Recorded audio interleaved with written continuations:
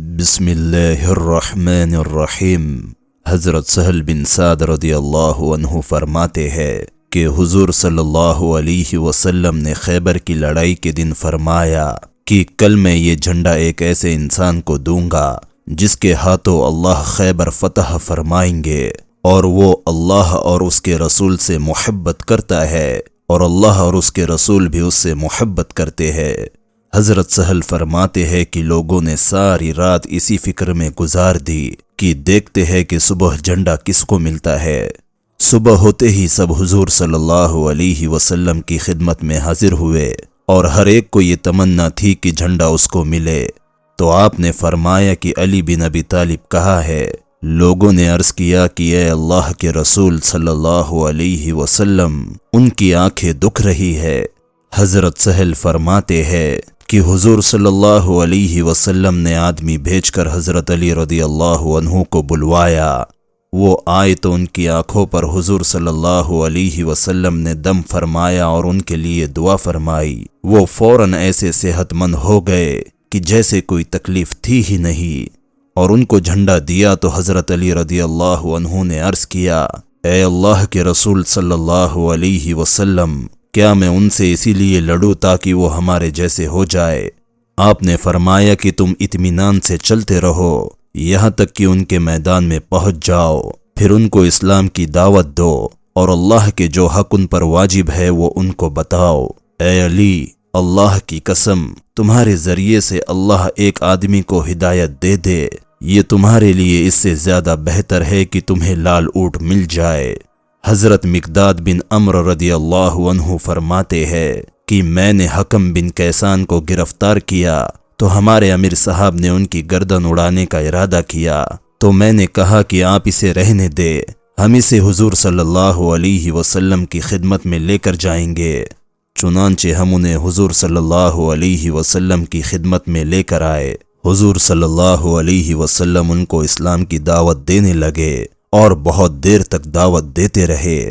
جب زیادہ دیر ہو گئی تو حضرت عمر رضی اللہ عنہ نے عرض کیا کہ اے اللہ کے رسول صلی اللہ علیہ وسلم، آپ اس سے کس امید پر بات کر رہے ہیں؟ اللہ کی قسم، یہ کبھی بھی مسلمان نہیں ہوگا۔ آپ مجھے اجازت دے کہ میں اس کی گردن اڑا دوں تاکہ یہ جہنم رسید ہو جائے۔ لیکن حضور صلی اللہ علیہ وسلم نے حضرت عمر رضی اللہ عنہ کی بات کی اور کوئی توجہ نہ فرمائی اور اسے برابر دعوت دیتے رہے یہاں تک کہ حکم مسلمان ہو گئے۔ حضرت عمر رضی اللہ عنہ فرماتے ہیں کہ جو ہی میں نے ان کو مسلمان ہوتے ہوئے دیکھا تو اگلے پچھلے تمام خیالوں نے مجھے گھیر لیا، اور میں نے اپنے دل میں کہا کہ جس بات کو حضور صلی اللہ علیہ وسلم مجھ سے زیادہ جانتے ہیں، میں اس بات میں کیسے جرأت کر بیٹھتا ہوں۔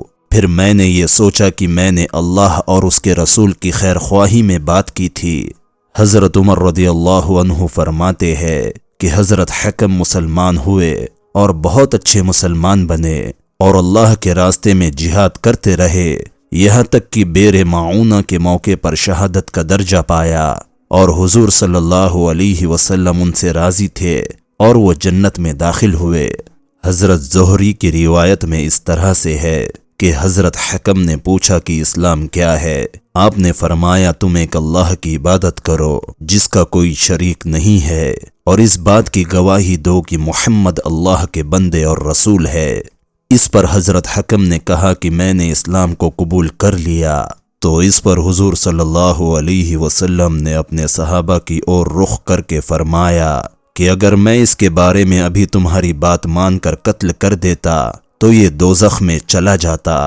حضرت ابن عباس رضی اللہ عنہ فرماتے ہیں کہ حضور اقدس صلی اللہ علیہ وسلم نے حضرت حمزہ رضی اللہ عنہ کے قاتل وحشی بن حرب کے پاس اسلام کی دعوت دینے کے لیے آدمی بھیجا۔ حضرت وحشی نے جواب میں یہ پیغام بھیجا کہ آپ مجھے کیسے اسلام کی دعوت دے رہے ہیں، حالانکہ آپ خود یہ کہتے ہیں کہ قاتل اور مشرک اور زانی دوزخ میں جائیں گے اور قیامت کے دن ان پر عذاب 2 گنا ہوگا اور ہمیشہ ذلیل ہو کر جہنم میں پڑے رہیں گے، اور میں نے یہ سب کام کیے ہیں، تو کیا میرے لیے آپ کے خیال میں ان برے کاموں کی سزا سے بچنے کی کوئی گنجائش ہے؟ تو اللہ رب العزت نے فوراً سورہ فرقان کی یہ آیت اتاری جس کا ترجمہ ہے مگر جس نے توبہ کی اور یقین دلایا اور کیا کچھ کام نیک سو ان کو بدلہ دیں گا اللہ برائیوں کی جگہ بھلائیاں اور ہے اللہ بخشنے والا مہربان۔ تو اس آیت کو سن کر حضرت وحشی نے کہا توبہ اور ایمان اور بھلے کام کی شرط بہت کڑی ہے، شاید میں اسے پورا نہ کر سکوں۔ تو اس پر اللہ رب العزت نے سورہ النساء کی یہ آیت اتاری، بے شک اللہ نہیں بخشتا اس کو جو اس کا شریک کرے اور بخشتا ہے اس سے نیچے کے گناہ جس کے چاہے۔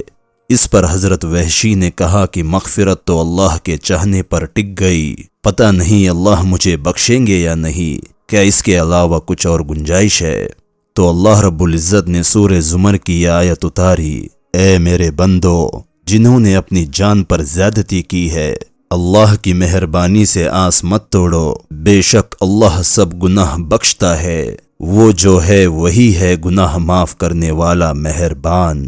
اس پر حضرت وحشی نے فرمایا کہ ہاں یہ ٹھیک ہے اور مسلمان ہو گئے۔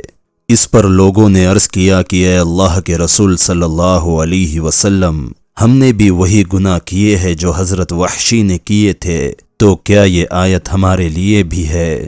آپ نے فرمایا ہاں یہ تمام مسلمانوں کے لیے ہے۔ حضرت ابن عباس رضی اللہ عنہ فرماتے ہیں کہ کچھ مشرک لوگوں نے خوب قتل کیا تھا اور خوب زنا کیا تھا، وہ لوگ حضور اقدس صلی اللہ علیہ وسلم کی خدمت میں حاضر ہو کر کہنے لگے آپ جو بات کہتے ہیں اور جس کی آپ دعوت دیتے ہیں وہ بہت اچھی ہے، آپ ہمیں بتائے کہ ہم نے جو گناہ کیے ہیں کیا ان کا کوئی کفارہ ہو سکتا ہے؟